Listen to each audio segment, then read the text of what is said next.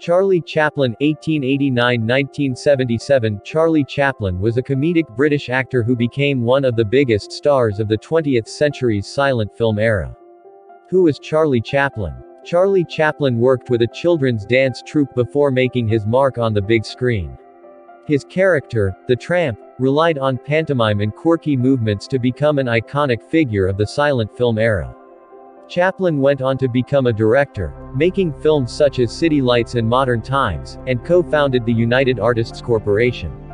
Early life famous for his character, the tramp, the sweet little man with a bowler hat, mustache and cane, Charlie Chaplin was an iconic figure of the silent film era and was one of film's first superstars, elevating the industry in a way few could have ever imagined. Born Charles Spencer Chaplin in London, England, on April 16, 1889, Chaplin's rise to fame is a true rags-to-riches story. His father, a notorious drinker, abandoned Chaplin, his mother and his older half-brother, Sidney, not long after Chaplin's birth.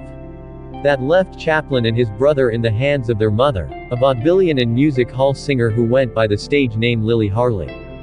Chaplin's mother, who would later suffer severe mental issues and have to be committed to an asylum, was able to support her family for a few years. But in a performance that would introduce her youngest boy to the spotlight, Hannah inexplicably lost her voice in the middle of a show, prompting the production manager to push the 5-year-old Chaplin, whom he'd heard sing, onto the stage to replace her. Chaplin lit up the audience, wowing them with his natural presence and comedic angle. At one point he imitated his mother's cracking voice. But the episode meant the end for Hannah. Her singing voice never returned, and she eventually ran out of money. For a time, Chaplin and Sidney had to make a new, temporary home for themselves in London's tough workhouses. Early career armed with his mother's love of the stage, Chaplin was determined to make it in show business himself, and in 1897, using his mother's contacts, he landed with a clog dancing troupe named the 8 Lancashire Lads. It was a short stint, and not a terribly profitable one, forcing the go-getter Chaplin to make ends meet any way he could. I was newsvendor, printer, toymaker, doctor's boy, etc. But during these occupational digressions, I never lost sight of my ultimate aim to become an actor, Chaplin later recounted.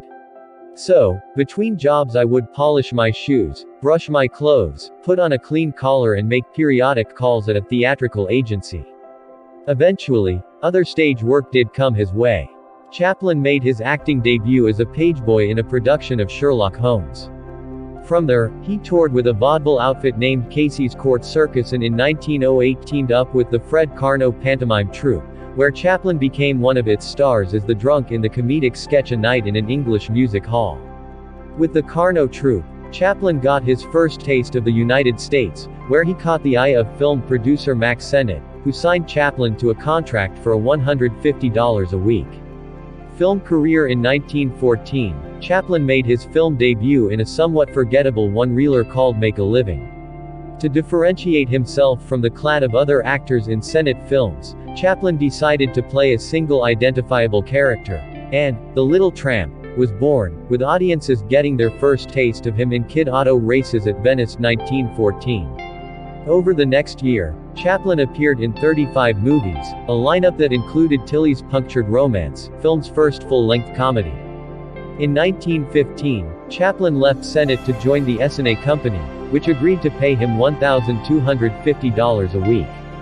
It is with S&A that Chaplin, who by this time had hired his brother Sidney to be his business manager, rose to stardom. During his first year with the company, Chaplin made 14 films, including The Tramp 1915. Generally regarded as the actor's first classic, the story establishes Chaplin's character as the unexpected hero when he saves the farmer's daughter from a gang of robbers. By the age of 26, Chaplin, just 3 years removed from his vaudeville days, was a superstar. He'd moved over to the Mutual Company, which paid him a whopping $670,000 a year. The money made Chaplin a wealthy man, but it didn't seem to derail his artistic drive. With Mutual, he made some of his best work, including 1 AM 1916, The Rink 1916, The Vagabond 1916, and Easy Street 1917. Through his work, Chaplin came to be known as a grueling perfectionist. His love for experimentation often meant countless takes, and it was not uncommon for him to order the rebuilding of an entire set.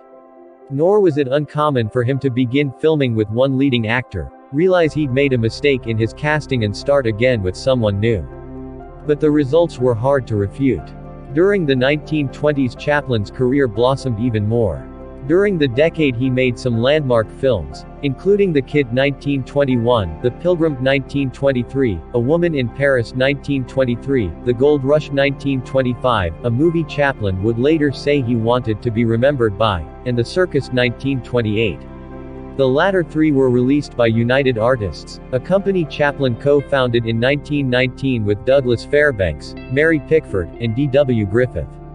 Later films. Chaplin kept creating interesting and engaging films in the 1930s. In 1931, he released City Lights, a critical and commercial success that incorporated music Chaplin scored himself. More acclaim came with Modern Times 1936, a biting commentary about the state of the world's economic and political infrastructures. The film, which did incorporate sound, was, in part, the result of an 18-month world tour Chaplin had taken between 1931 and 1932, a trip during which he'd witnessed severe economic angst and a sharp rise in nationalism in Europe and elsewhere. Chaplin spoke even louder in The Great Dictator, 1940, which pointedly ridiculed the governments of Hitler and Mussolini. "I want to see the return of decency and kindness," Chaplin said around the time of the film's release. "I'm just a human being who wants to see this country a real democracy." Quote. But Chaplin was not universally embraced.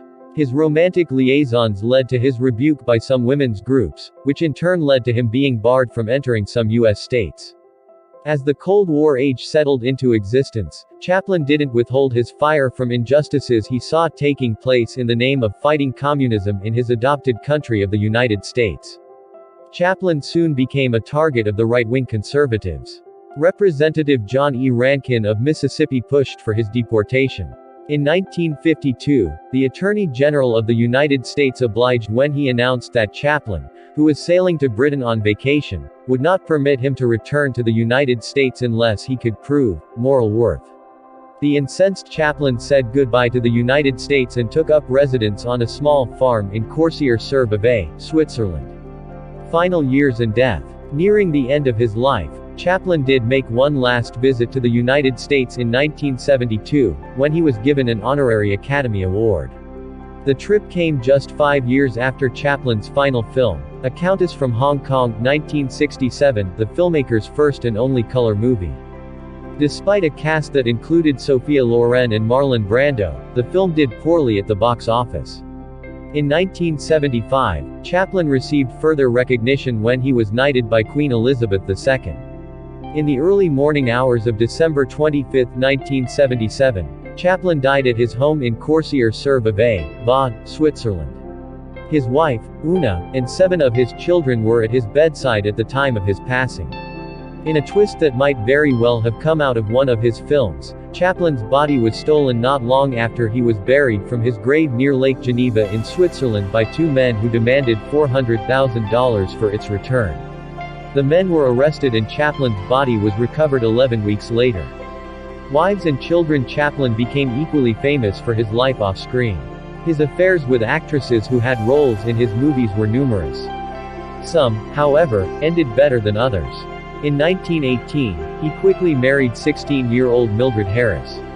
The marriage lasted just 2 years, and in 1924 he wed again, to another 16-year-old, actress Lita Gray, whom he'd cast in The Gold Rush.